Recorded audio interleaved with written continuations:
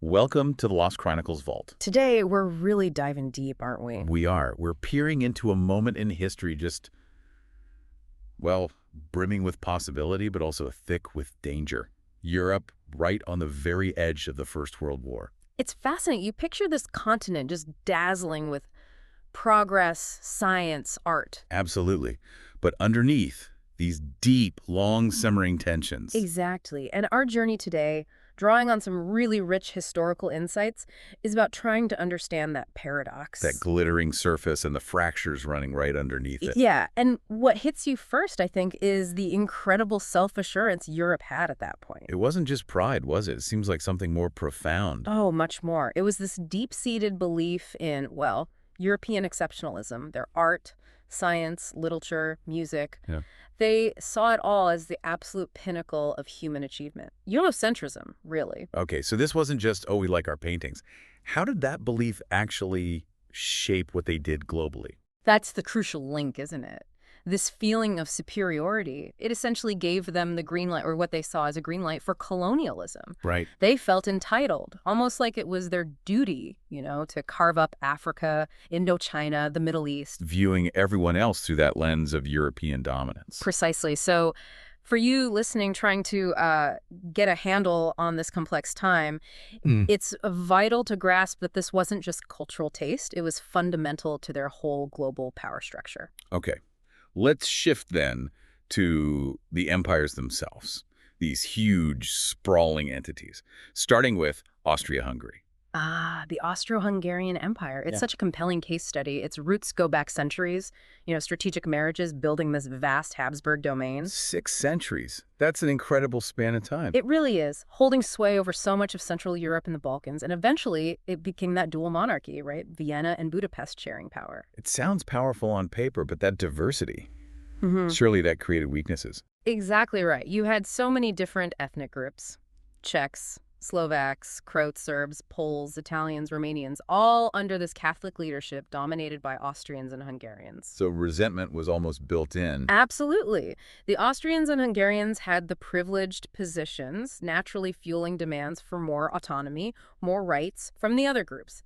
This whole biarchy, this two-headed system, it carried the seeds of its own breakdown. And the Serbs, in particular, seem to have been a constant point of friction. A key point, definitely. Serbia, with its Orthodox faith, its Slavic identity, and really strong ties to Russia. While they were fundamentally opposed to Austro-Hungarian control in the Balkans. They wanted their own unified Slavic state. Yes, a powerful ambition. And that made the Balkans this incredibly volatile chessboard, didn't it? With Vienna and St. Petersburg making competing moves. And meanwhile, you have the Ottoman Empire, another old giant, but clearly fading. Yeah, the sick man of Europe, as it was often called. It was facing huge internal challenges. Arab revolts, the Young Turk Revolution. And losing territory in the Balkans left and right. Bosnia, Herzegovina, Albania. Right. And that decline created this power vacuum that others, especially Austria-Hungary and Russia, were very keen to fill. Which actually led to a strange sort of alliance, didn't it? It's fascinating, yeah. Austria-Hungary and the Ottoman Empire, historically enemies, suddenly found some common ground. How so? Well, both were these old, multi-ethnic empires struggling against the tide of nationalism. They shared a vulnerability, a desire to hold on to what they had. And presiding over this incredibly complex Austro-Hungarian empire was Emperor Franz Joseph, a man who'd seen a lot of personal tragedy. He really had. The assassination of his wife, Empress Sisi, the suicide of his son, Crown Prince Rudolf. These losses seemed to mark him. He felt perhaps increasingly out of touch with the whirlwind of changes happening across Europe, like a figure from an older world. Yet despite these imperial cracks and aging rulers, it was also a time of just extraordinary cultural dynamism. Vienna, for example. Oh, Vienna. At the turn of the century, it was absolutely dazzling. Yes, you had the Strauss waltzes, that image of elegance and imperial balls. But so much more beneath the surface. So much more. It was the birthplace of psychoanalysis, with Freud digging into the mind. Wittgenstein was there, rethinking philosophy. Huge social changes were happening. It was this glittering capital, yes, but also this intense intellectual hotbed, sometimes in the very same salons. And Paris, the Belle Époque, it has such a legendary status. Ah, Paris. It just evokes that era, doesn't it? The Eiffel Tower, brand new then, a symbol of technological confidence. And the art scene. Unbelievable. Monet, the Impressionists capturing light and life. And then new movements exploding, Picasso and Braque with Cubism, Fauvism, it was pulsing with artistic revolution. Proust wrote about it, capturing that sense of beauty, but maybe also decadence, a feeling it couldn't last. Exactly. There's often that undertone in descriptions of the Belle Époque, a kind of beautiful fragility. And contrasting with these cultural hubs, you had London, Victorian London, the powerhouse of industry. That's right. Britain was the undisputed global superpower then. Queen Victoria's vast empire, fueled by the Industrial Revolution. While Vienna explored the psyche and Paris the aesthetic, London was driving global trade and technology. We shouldn't forget cities like Budapest and Bucharest either, right? They were important In too. absolutely vital nodes in the network. Budapest, as Vienna's partner in the dual monarchy, was a major political and cultural center in its own right. And Bucharest. Bucharest was this fascinating crossroads between East and West. Famously, the starting point for the Orient expressed that symbol of luxury, interconnectedness, and maybe a little intrigue, thanks to Agatha Christie later on. So for you listening, seeking those aha moments, these cities weren't just dots on a map. They were the engines of massive cultural and intellectual shifts that would change everything. But even amidst all this brilliance, there were worrying signs, weren't there? Cracks starting to show. Like what? Well, there was this widespread, almost naive belief in unlimited progress. Sometimes twisted interpretations of Darwin's ideas fed into it. Also, Some thinkers started seeing war as almost a natural phenomenon, a biological necessity, or even just, politics by other means, as Clausewitz famously said. It kind of sanitized the idea of conflict. stripped it of its horror. Exactly. And alongside this, you see violence sometimes being glorified, seen as a catalyst for historical change, for national assertion. Even while science was making incredible leaps forward. That's the paradox. Railroads like the Trans-Siberian shrinking the world, the telegraph connecting continents instantly, electricity becoming more common, the first automobiles appearing. And early cinema. The Lumiere brothers apparently didn't think it had much commercial future at first. Yes, shows you can't always predict these things. But there's also a pushback against all this rationalism in industry, wasn't there? The Romantic movement. Right, they were deeply suspicious of where all this progress was leading. Yeah, they emphasized emotion, intuition, national spirit found in folklore, the mystical even. Think of Lord Byron dying while fighting for Greek independence. That's the romantic ideal in action, a passion for national liberation. And that focus on national identity was incredibly powerful, especially in places like Germany and Italy, which had only recently unified. Oh, absolutely. German unification, forged by Prussian military power and sort of echoed in Wagner's epic nationalistic operas. And Italy, unified by Garibaldi's campaigns and Verdi's music, becoming anthems for the nation. These created powerful new states with big ambitions, and that fervent nationalism, that desire for national greatness, would become a hugely destabilizing force across Europe. But all this focus on national glory, on progress, on high culture, it often hid a much darker reality for ordinary people, didn't it? It really did. The gap between the wealthy elite enjoying their travels in salons and the millions living in grinding poverty, it was enormous. A stark, stark contrast. Just look at the immigration figures. They tell a story. They really do. Around 40 million Europeans left for the Americas. For Australia, between the late 1800s and the early 1900s. Fleeing famine, persecution, lack of opportunity. You picture those scenes at Ellis Island, the stories of Irish families escaping the famine earlier, Swedish families seeking a new life. These weren't pleasure trips. No, they were acts of desperation for so many, driven by sheer necessity. And the literature of the time really captures this, doesn't it? Vividly. Think of Victor Hugo's Les Miserables, showing the struggles of the poor in Paris.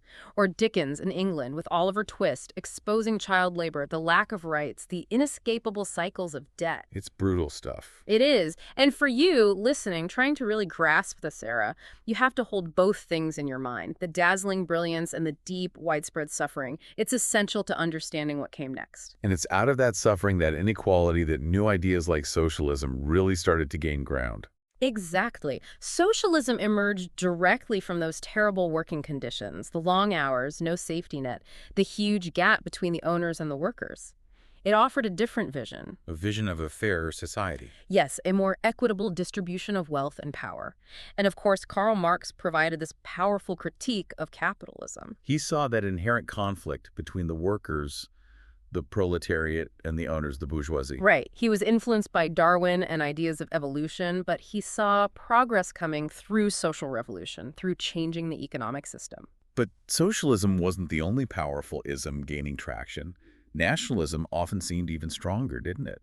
It's a fascinating tension. While socialism focused on class, nationalism focused on shared language, culture, history, the nation, the desire for self-determination, for your own state. We saw it in Germany and Italy unifying. And it was bubbling everywhere. You had pan-Germanism wanting to unite German-speaking peoples, and pan-Slavism a really potent force. With Russia sort of positioning itself as the leader, the protector of all Slavs. Exactly. Pan-Slavism aimed to unite Russians, Ukrainians, Poles, Czechs, Slovaks, Serbs, Croats, all the Slavic peoples, many of whom were living under Austro-Hungarian or Ottoman rule. It was a powerful dream of liberation for them. Especially for Serbia. They had very specific goals, didn't they? Yes, Serbian nationalism was intense. They dreamed of a greater Serbia, looking back to medieval Serbian kingdoms, and that put them directly on a collision course with Austria-Hungary, which ruled over territories like Bosnia that Serbia coveted. And the Balkan Wars, just before the Great War, in 1912, 1913, they were like a dress rehearsal, weren't they? Incredibly brutal conflicts. Basically, the newly independent Balkan states ganged up to push the Ottoman Empire almost entirely out of Europe. But then they fought amongst themselves over the spoils. Precisely. It showed just how volatile the region was, how aggressive these new nationalisms could be, a real warning sign of what was brewing. It's chilling that people like Bismarck, the German chancellor, and later Churchill apparently pointed to the Balkans and said, if there's another major war in Europe, it will start there. Their foresight was remarkable, wasn't it?